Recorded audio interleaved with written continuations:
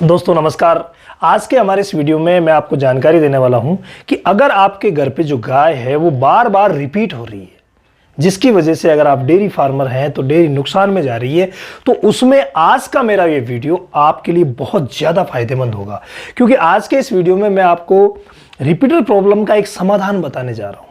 एक ऐसा नुस्खा है जो अगर आप इस्तेमाल करेंगे तो काफ़ी हद तक रिपीटिंग की प्रॉब्लम को हल कर सकते हैं।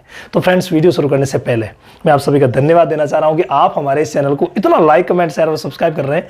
बहुत बहुत धन्यवाद आप सभी का। आइए वीडियो शुरू करते हैं।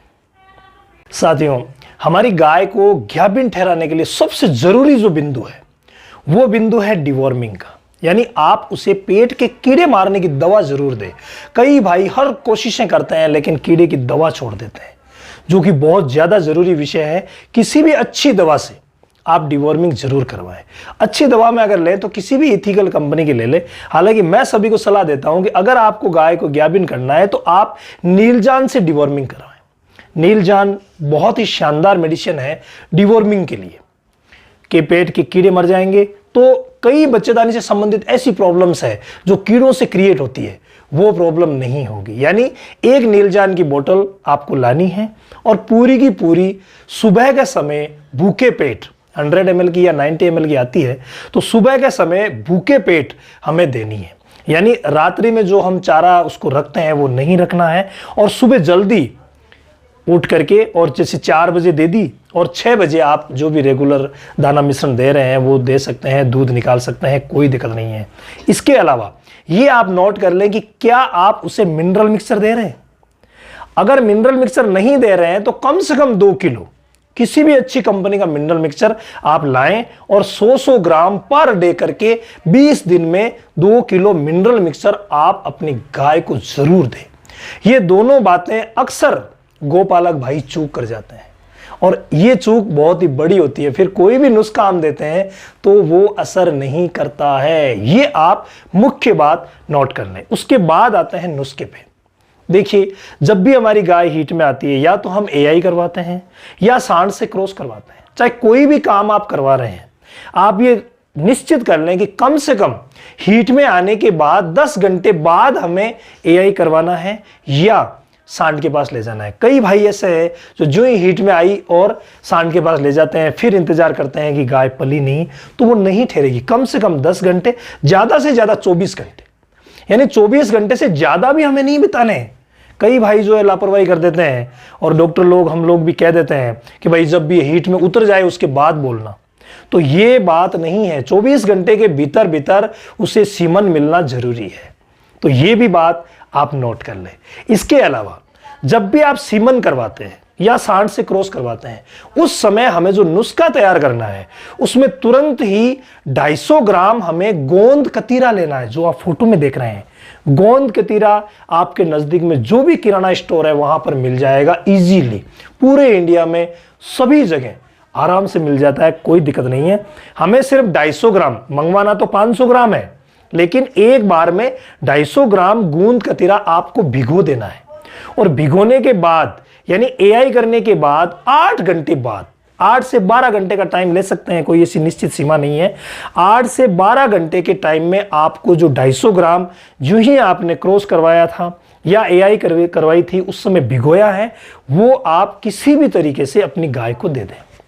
और जिस समय हम ये नुस्खा दे रहे हैं, गोंद कतीरा दे रहे हैं, उसी समय आप 250 ग्राम और भिगो दें। और ठीक 12 घंटे बाद, यानी आपने शाम को दिया तो शाम को और भिगो दे, उसे फिर सुबह दे दे। तो 2 टाइम में हमें आधा किलो गोंद कतीरा देना है। पाव यानी 250 ग्राम पहले और 250 ग्राम बाद में। पहला नुस्खा तो ये हो गया। सेकंड जो नुस्खा देना है वो बहुत ही ज्यादा जरूरी है और 12 घंटे के भीतर भीतर, यानी सांड से या एआई के 12 घंटे के भीतर भीतर हमें वो नुस्खा देना है। और उस नुस्खे में हमें भैंस का दूध लेना है। किसी भी पड़ोसी से या अपने फॉर्म पे अगर भैंस है तो भैंस का दूध हमें 1 लीटर लेना है। और उस 1 लीटर भैंस के दूध में 1 लीटर ही हमें पानी मिलाना है। और पानी मिलाने के बाद हो गया 2 लीटर। फिर हम उसमें 250 ग्राम बेसन मिलाएंगे।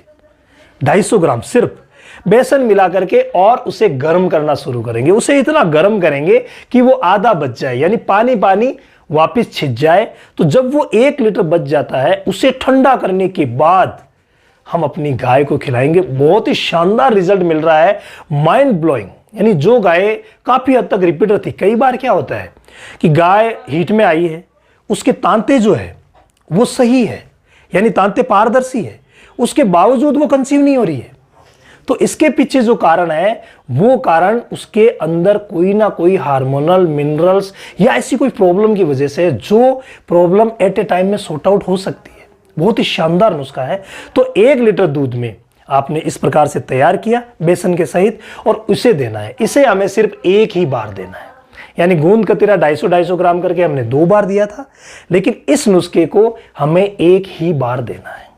अब मान लीजिए 24 घंटे के भीतर भीतर ये सारी क्रियाएं हो गई, लेकिन उसके बावजूद आपकी गाय वापस बोलती रही, मतलब जो सीमन आपने करवाया था या सांड से क्रॉस करवाया था उसमें ठहरी नहीं, वापस बोलती रही, तो ठीक 24 घंटे बाद यानी दूसरे दिन आप एक बार और उसे सांड के पास ले जाएं या एक बार और उसकी एआई करवाएं। ये बहुत ही ज्यादा जरूरी है, ये ध्यान रखना है। कई बार हमें 3-3 दिन तक एआई करनी पड़ जाती है अगर तांते साफ है। अगर तांते साफ नहीं है, तांते मान लीजिए कि पस जैसे आ रहे तो सफाई करवानी पड़ती है, वो तो प्रक्रिया पहले होती है।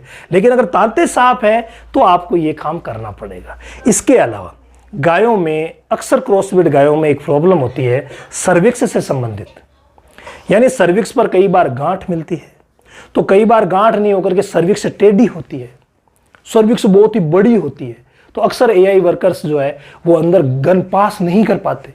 ये प्रॉब्लम्स अक्सर गायों में होती है। तो इस प्रॉब्लम्स के लिए क्या करें? अगर आपने पिछले ब्यात में या अभी जो पहले आपने जो पीरियड निकला है हीट का, उसमें आपने एआई करवाई या सांड से क्रॉस करवाया, अगर ठहरी नहीं है तो उस अवस्था में अगर आपने पिछली टाइम सांड से क्रॉस करवाया है तो इस बार आप एआई करवाएं।